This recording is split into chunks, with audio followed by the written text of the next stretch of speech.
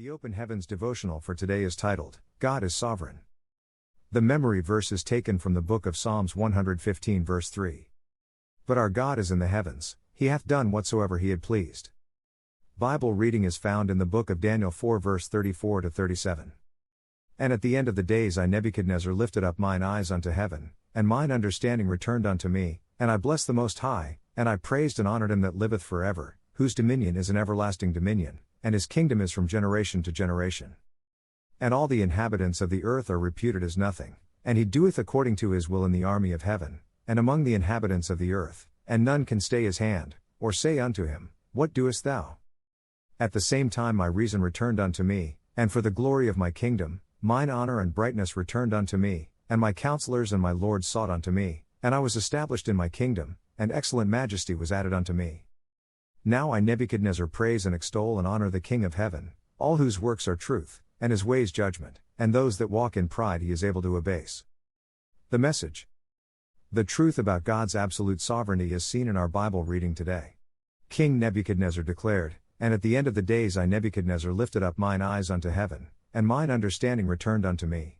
And I blessed the Most High, and I praised and honored him that liveth for ever, whose dominion is an everlasting dominion, and his kingdom is from generation to generation. Daniel 4 verse 34.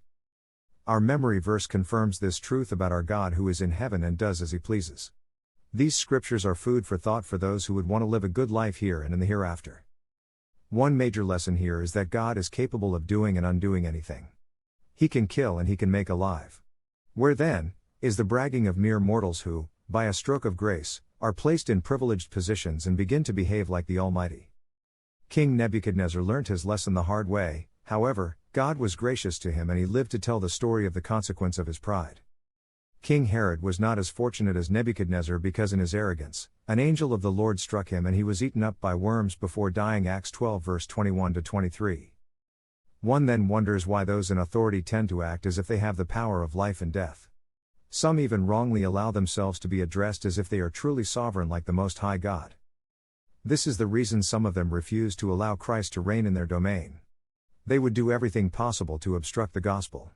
How ignorant they are, the psalmist says, the kings of the earth set themselves, and the rulers take counsel together, against the Lord and against his anointed, saying, Let us break their bands asunder, and cast away their cords from us.